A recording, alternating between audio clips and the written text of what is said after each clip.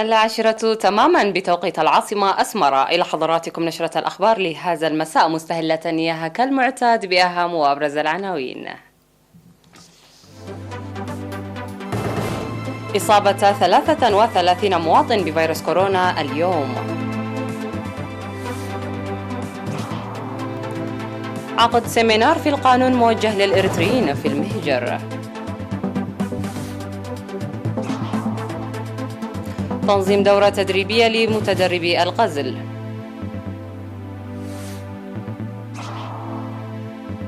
بوتين يحذر من إبادة جماعية في أوكرانيا. نيكاراغوا تقطع علاقتها الدبلوماسية بتايوان وتعترف بالصين. قتيل في حريق اندلع بمقر حزب السياسي بتونس. ومن العناوين إلى التفاصيل، مرحبا بكم. أعلنت وزارة الصحة بأن الفحوصات المخبرية التي أجريت اليوم في مراكز العزل والفحص في أقاليم الأوسط والجنوبي والقاشبركة قد أظهرت إصابة 33 مواطن بفيروس كورونا. فقد ظهرت 24 إصابة في الأقليم الأوسط، 10 منها من مراكز العزل و14 من مراكز الفحص، 2 من ترافولو وواحدة من كل من مرحنو وعد نفاس وفروبيا وبشاول وغدايف وميتمناي وقجرت وعد سوقدو وسبل وأخرية ونفاسيت وحلحل، و8 إصابات في مراكز الفحص في الأقليم الجنوبي، 5 منها في ابن حيلي و3 في سنعفة، وإصابة واحدة في مركز الفحص في بارنتو بأقليم القاش بركة. في غضون ذلك شوفي 20 مرضى كورونا كانوا يتلقون العلاج في المستشفيات، 19 من الأقليم الأوسط وواحد من أقليم القاش بركة، بينما توفي مريض كورونا يبلغ من العمر 72 عاما من الأقليم الأوسط.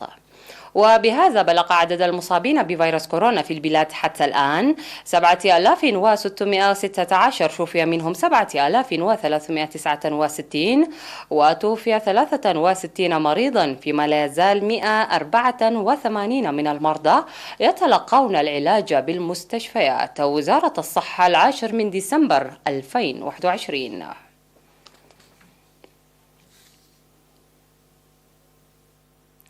نظمت وزارة العدل سيمينارا حول القانون يوم 9 ديسمبر موجه للإريتريين في المهجر عبر الاتصال المرئي. وقدمت الآنسة ديبورا داويت والسيد أتاخلتي هبت مريم شرحا في السيمينار الذي شارك فيه وزيرة العدل فوزية هاشم وأعضاء وزارة العدل و400 من الإريتريين في مختلف بقاع العالم حول مرسوم الجنسية ومرسوم الخدمة الوطنية ومرسوم الضريبة للمواطنين في المهجر. وأوضحت الآنسة ديبورا في الورقة التي قدمتها العوامل التي يرتكز عليها منح الجنسية الإريترية والقوانين المرتبطة بها وواجب المواطن بموجب مرسوم الخدمة الوطنية وقوانينه، وكذلك واجب مرسوم ضريبة المواطنين في المهجر وتبعات عدم الإيفاء به. وشرح السيدة خلتي هبت مريم قضايا الحقوق والواجبات للإريتريين في المهجر والمواضيع التي يجب على المواطنين في المهجر معرفتها فيما يتعلق بقوانين الاتفاقات والتوكيل والوصايا والزواج. وأشار السيدة خلتي بالإيجاب مساعدات السفارات والقناصل الإريترية للمواطنين، مشددا على وجوب تحقق المواطنين من أن أعمالهم تتوافق مع القانون والاتفاقات القانونية لضمان الحفاظ على مصالحهم وتجنب المراجعات الطويلة غير المرغوبة. وأشادت مندوبة إريتريا في الأمم المتحدة صوفيا تسفا مريم في الرأي الذي قدمته بتنظيم وزارة العدل لهذا السيمينار الموجه للإريتريين في المهجر، مؤكدة على أهمية السيمينار والمواضيع القانونية التي تناولها، مناشدة مواصلته مستقبلا. وشكرت وزيرة العدل فوزية هاشم مقدمي أوراق العمل ومنسق السيمينار ومشاركة الإريتريين في المهجر وإثرائهم للسيمينار، وقالت إن العمل الجاد ظل جاريا لتقوية المعرفة والمشاركة في القانون.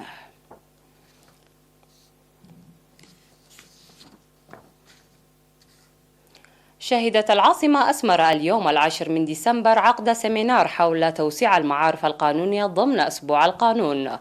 وأوضح الشاب صبري إبراهيم من وزارة العدل أن الشعب الإريتري يمتلك عادات متحضرة تبرز الاحترام القانون والنظام منذ الأزل، وقد استطاع إفشال أهداف المستعمرين الرامية لتلويث هذه العادات بوعي عالي، مشيرا إلى أن وزارة العدل كانت ولا زالت تعمل بجدية وفق مرسوم رقم 1991 لإجراء حملات توعية مكثفة وعقد سيمينارات لتعريف الشعب الإريتري بالقوانين. وقدم الشاب صبري توضيحا مفصلا للتحسينات التي أدخلتها وزارة العدل على القوانين القديمة، وبعد بذل جهود حثيثة لتغيير القوانين التي لا تعكس عادات وتقاليد الشعب الإريتري بقوانين إريترية وطنية، استطاعت الوزارة إصدار قوانين وطنية هدفت إلى إرساء العدالة الاجتماعية وسيادة القانون والتقيد بالقوانين، وصارت جاهزة للعمل. وذكر الأعمال المكثفة التي جرت لتعريف وامتلاك المواطنين القوانين الوطنية جيدا، وأن برامج توسيع المعرفة القانونية هي جزءا من إعدادات وزارة العدل الاستراتيجية بعام 2020. في الختام، أشار الشاب الصبري إلى أن وزارة العدل قامت بأعمال فعالة عبر الإذاعة والصحيفة والتلفاز لتعريف المواطنين بالحقوق والواجبات القانونية، وظلت تقدم إرشادات قانونية في إطار أسبوع القانون وعن طريق خدمات مساعدة عدلية مجانية للمواطنين. نظمت اليوم بمناسبة أسبوع القانون أنشطة تنموية في منطقة مايدمنت، والبرنامج الذي شارك فيه 150 من أعضاء وزارة العدل اشتمل على إعداد حفر لقرص الشتول وبناء مدرجات قنواتية ورعاية الشتول. وأوضح الشاب عوض تولدي منسق البرنامج أن الهدف من البرنامج هو تعزيز حملة التشجير الوطنية عامة، وخاصة الحملة الخضراء التي انطلقت في شهر يوليو الماضي. بدورهم تعهد المشاركون في البرنامج متذكرين أهمية ومعنى الحملة في أسبوع القانون، تعهدوا لإنجاح برنامج عمل أعدته وزارة الزراعة وتنفيذ كل ما يطلب منهم. من جهته قال مسؤول سلطة الغابات والحياة البرية في الإقليم الأوسط السيد أبراهام تخلو إن المهام هي مواصلة للمهام المنجزة خلال الخريف الماضي ب17 مؤسسة وشركة والاتحادات الوطنية، وهي أنشطة ترتكز على حماية التربة وحفظ المياه، مؤكدا نجاح 90% من الشتول المغروسة في 38 هكتارا.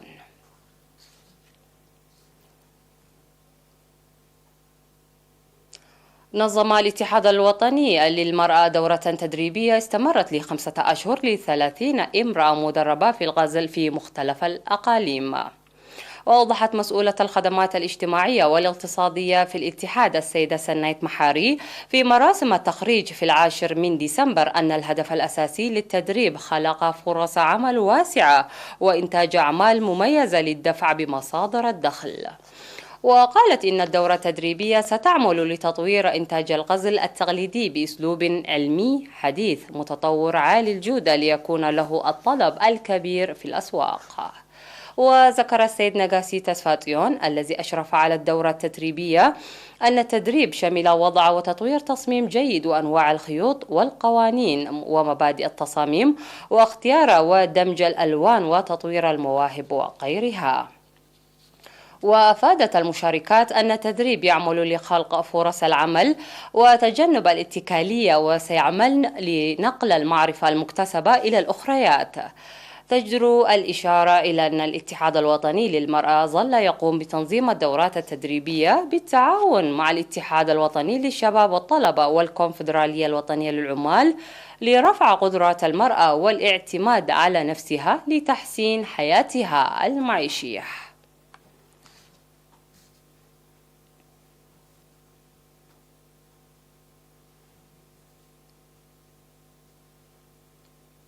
خرجت الشرطة الإريترية في 9 ديسمبر 16 من أعضائها بينهم 6 عضوات تأهلوا في الفترة من 27 من أكتوبر وحتى 7 ديسمبر لعام 2021 بتقانة وصيانة الحواسيب والشبكات. واستعرض المدرب أبراهام بيتو في مراسم التخرج أنواع الدورة، مشيرا إلى أن الدورة المقدمة نظريا وتطبيقيا تسهم بفعالية لاكتساب الدارسين المعرفة المهمة التي تساهم بدورها في إنجاز أعمالهم بسهولة. وأوضح مسؤول الممتلكات المقدم من اب تسفاي في المناسبة بأن الدورة اشتملت على مبادئ صيانة ورعاية الطابعات وحواسيب التصوير. في الختام، تسلم المتخرجون الشهادات من يد مسؤول مكافحة الجرائم العقيد براخي هيلي ومسؤول فرع الخدمات المقدم دبساي تخلو. وأوضحت المعلومات الواردة من قسم العلاقات العامة للشرطة الإريترية بأن الشرطة تنظم دورات تأهيلية متنوعة تسهم في رفع قدرات وكفاءة أعضائها في مركز التدريب الوطني للقوات والشرطة والأمن في دق محريه. استشهد يوم 8 من ديسمبر مسؤول قسم الإدارة والمالية في وزارة البناء المناضل سعدو بحتة مسفن عن عمر 73 عاما جراء مرض ألم به.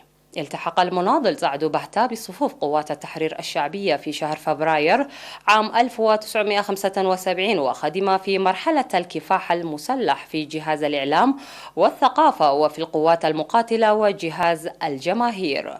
وبعد الاستقلال عمل في وزارة المالية ووزارة المواصلات والاتصالات وفي وزارة البناء حتى يوم استشهاده. والمناضل الشهيد سعدو بحتة رب أسرة وأب لابنين، وقد وري جثمانه الثرى عصر اليوم 10 من ديسمبر في مقبرة الشهداء في أسمرة.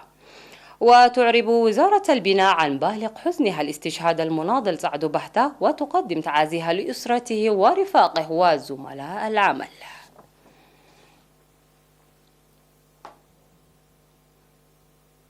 نشرتنا تتواصل بعد الفاصل، رجاء ابقوا معنا.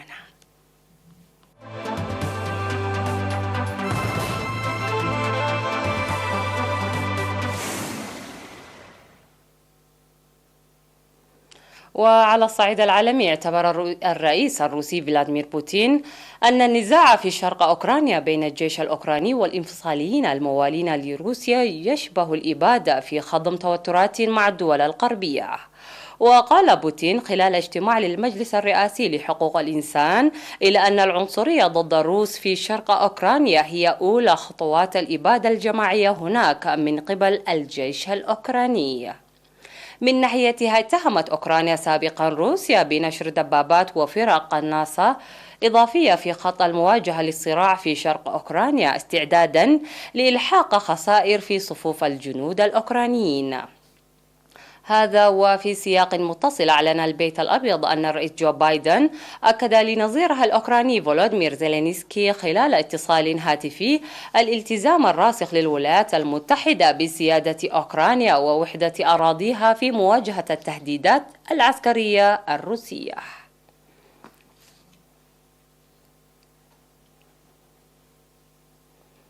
أعلنت نيكاراغوا قطع علاقتها الدبلوماسية بتايوان واعترافها بالصين، واحدة تمثلها حكومة بكين في قرار سارعت تايبيه إلى وصفه بالمؤلم والمؤسف.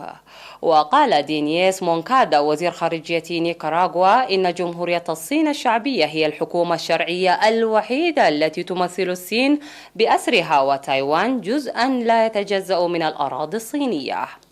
وأضاف أن حكومة الرئيس دانييل أورتيغا تقطع علاقتها الدبلوماسية بتايوان وتوقف كل أنواع الاتصالات أو العلاقات الرسمية مع الجزيرة. وسارعت وزارة الخارجية التايوانية إلى التعبير عن ألمها الشديد وأسفها لقرار نيكاراغوا. ويأتي هذا القرار المفاجئ في وقت شددت فيه الولايات المتحدة عقوباتها على رئيس نيكاراغوا إثر الانتخابات الرئاسية التي جرت في نوفمبر الفائت، وفاز فيها أورتيغا بولاية رابعة على التوالي بعد أن اعتقل جميع منافسيه.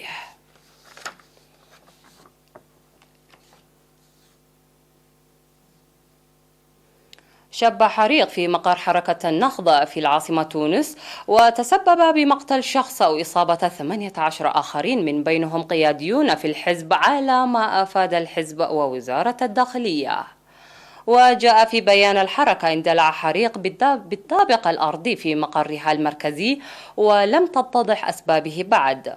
وأفادت وزارة الداخلية من جهتها في بيان أن المعطيات الأولية تشير إلى أنه تم العثور على جثة متفحمة لشخص داخل مقر الحزب كان عمل سابقا كعون استقبال.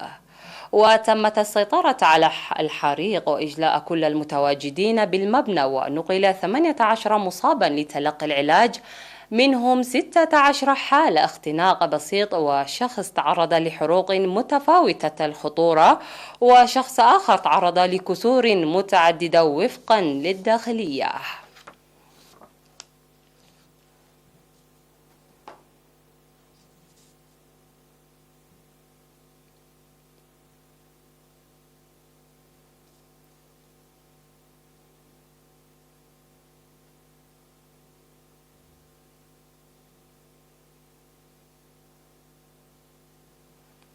لقي 49 مهاجرا على الأقل مصرعهم، وأصيب 37 آخرون بجروح في حادث مروري وقع جنوب شرق المكسيك. وقال مكتب المدعي العام في ولاية تشاباس إن الحادث وقع قرب توكستيلا غوتيريس عاصمة الولاية، مشيرا إلى أن حالة 3 من الجرحى خطيرة. ومن جانبه أعرب روتيليو إسكنادون حاكم الولاية عن تضامنه مع الضحايا حسب ما نقلت فرانس بريس.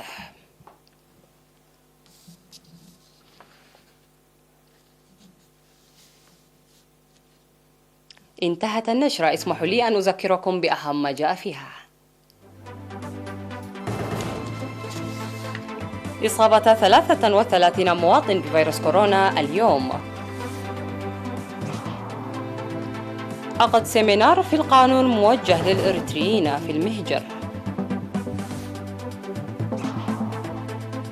تنظيم دورة تدريبية لمتدربي القزل. بوتين يحذر من إبادة جماعية في أوكرانيا. نيكاراغوا تقطع علاقتها الدبلوماسية بتايوان وتعترف بالصين. قتيل في حريق اندلع بمقر حزب سياسي بتونس. إلى اللقاء.